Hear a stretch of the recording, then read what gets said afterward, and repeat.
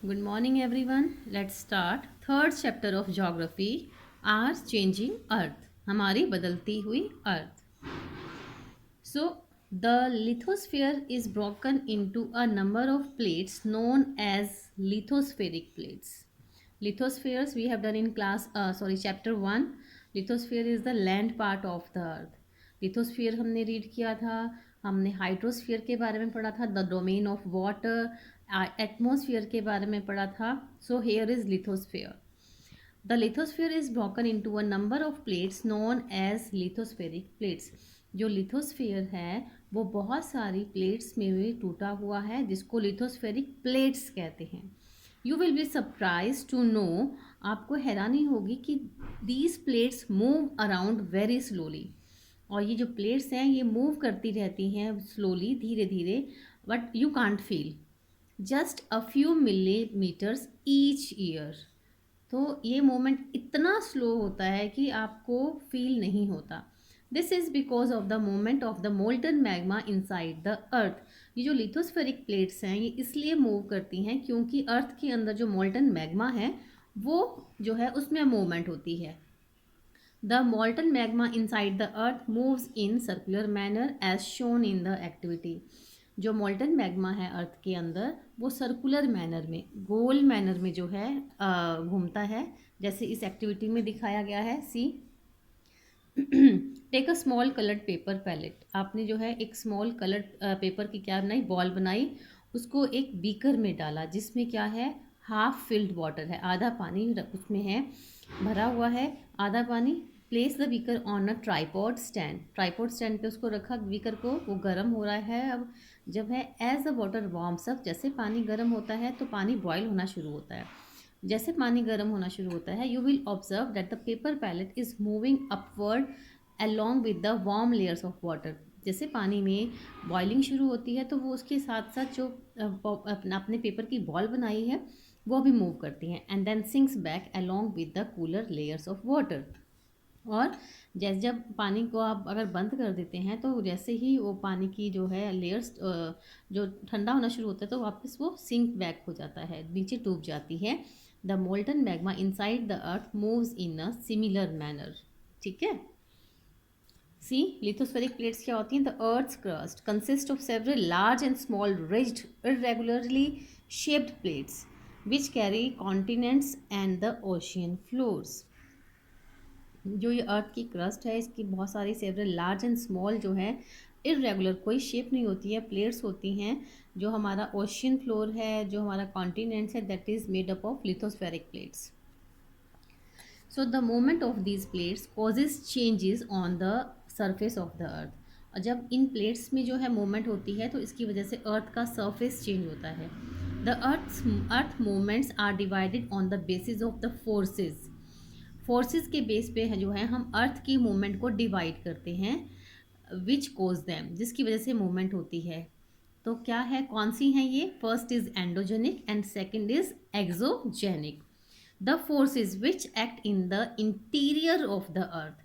जो अर्थ के अंदर फोर्सेस काम करती हैं उन्हें कहते हैं endogenic forces. And the forces that work on the surface of the earth. जो फोर्सेस अर्थ के सरफेस पर काम करती हैं that are called exogenic forces. See, there is a flow chart. Earth movement, this is endogenic. Endogenic means जो interior होता है, अंदर होती है, अर्थ के सरफेस के अंदर होता है. और एक्सोजेनिक जो अर्थ के सरफेस पे मूवमेंट होता है.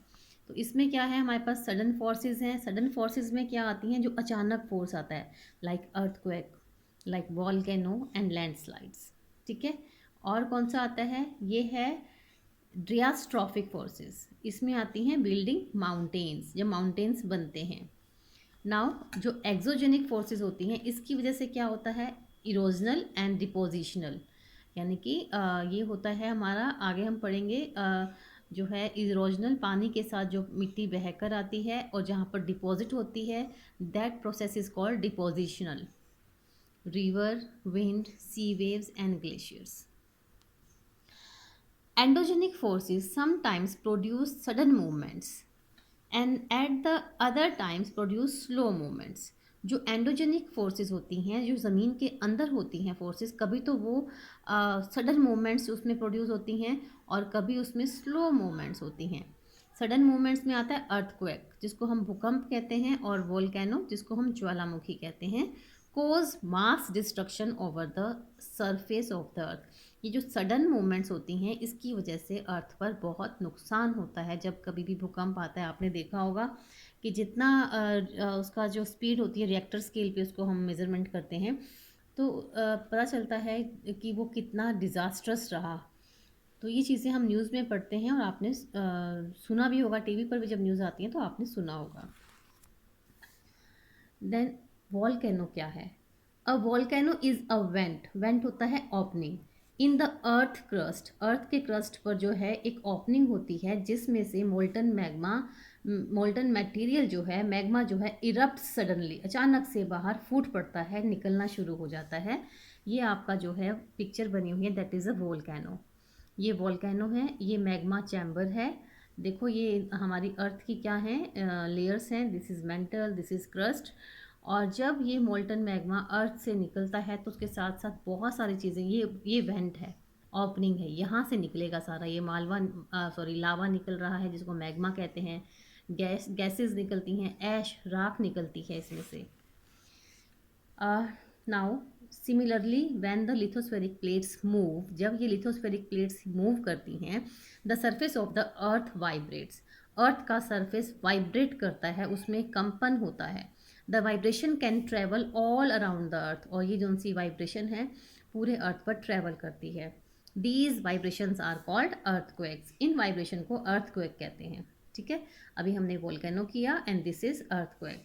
The place in the crust where the movement starts is called the focus. और क्रस्ट में या अर्थ में जिस जगह से मूवमेंट स्टार्ट होती है, सेंटर पॉइंट जो सा होता है, उसे कहते हैं फोकस।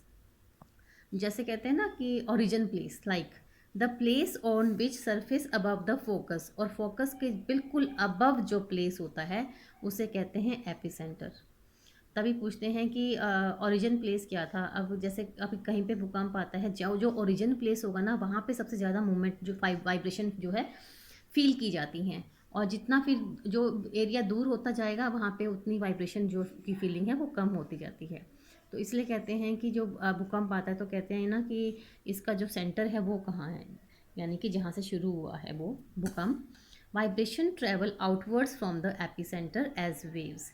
जो वाइब्रेशन है, जो ये वाइब्रेशन होती है, कंपन होती है, ये एपी सेंटर से बाहर की तरफ जो है वेव्स की तरह जो है फैलती है। Greatest damage is usually closest to the epicentre. Epicentre कौन सा है? Origin place of the earthquake. तो सबसे ज़्यादा जो है वाइब्रेशन वहीं पे फील होगी, सबसे तेज़ भूकंप वहीं पर फील होगा, और वहीं पर ही ग्रेटेस्ट डैमेज होता है। And the strength of the earthquake decreases away from the centre.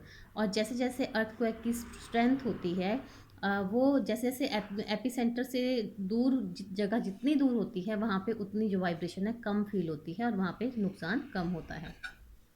See this picture, this is focus. Focus के एग्जैक्ट यहाँ से स्टार्ट हुआ ज़मीन के नीचे से, इसके एग्जैक्ट ऊपर एपी सेंटर है। तो ये जो सा एपी सेंटर की जो नज़दीक एरिया होगा, वहाँ पे सबसे ज़्यादा जो है वाइब्रेशन फील की जाएगी, और जो एरिया सबसे दूर होगा वहाँ पर कम वाइब्रेशन फील की जाएगी। तो डिज़ास्टर कहाँ होगा ज़्यादा? इस जगह पे होगा। ठीक है।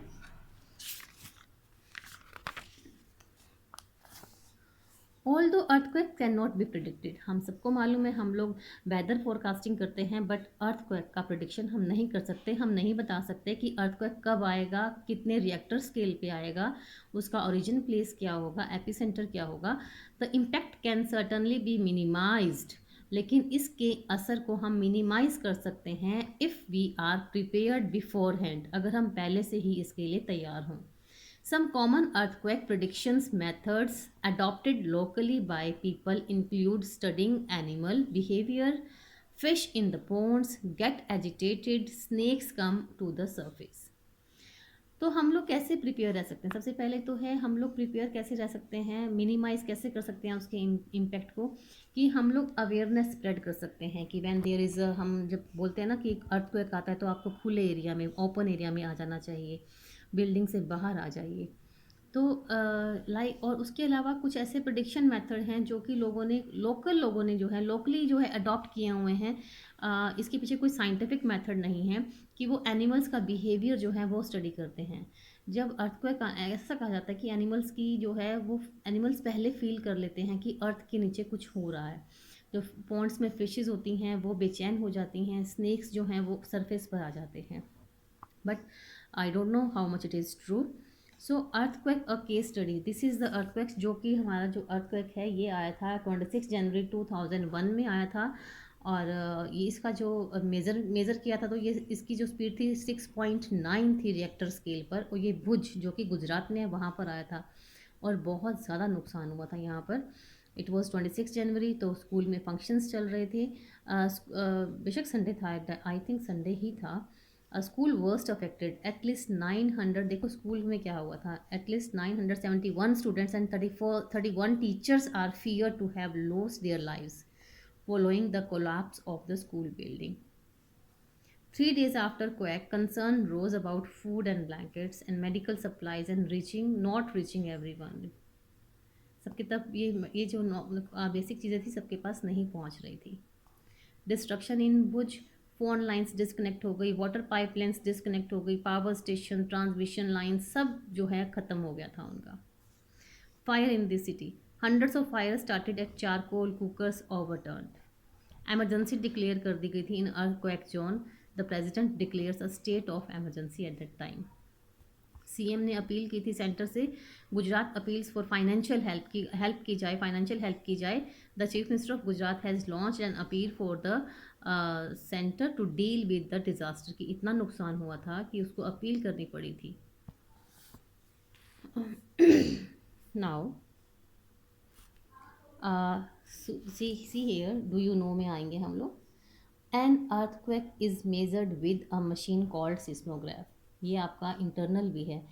मशीन का नाम बताओ जिस पे हम अर्थक्वेक को मेजर करते हैं, that is seismograph. Then second question बनता है, the magnitude of the earthquake is measured on the Richter scale. जैसे हम स्पीड को जो है हम मेजर करते हैं कि किलोमीटर एंड मीटर पे, तो लेकिन अर्थक्वेक को हम मेजर करते हैं रिएक्टर स्केल पर। एन अर्थक्वेक ऑफ 2 और less can be felt only a little. अगर टू रिएक्टर स्केल का जो अर्थक्वेक आया है तो वो बहुत हल्का सा होगा, सिर्फ ज़रा सा फील होगा। बट एन अर्थक्वेक ओवर 5, अगर 5 रिएक्टर स्केल से ज़्यादा का अर्थक्वेक आता है, इसकी वजह से बहुत ज़्यादा जो है डैमेज हो जाता है। एंड 6 और हायर, 6 से ऊपर अगर आता है, 6 मैग्नीट्यूड में इसको मेजर करते हैं, जो अर्थक्वेक को मैग्नीट्यूड में मेजर करते हैं, तो अगर 6 मैग्नीट्यूड का जो है अर्थक्वेक आता है तो वो बहुत स्ट्रॉन्ग होता है, और जो 7 वाला है वो तो मेजर अर्थक्वेक कहा जाता है उसको। सो अर्थक्वेक्स प्रीपेयर्डनेस, राइट।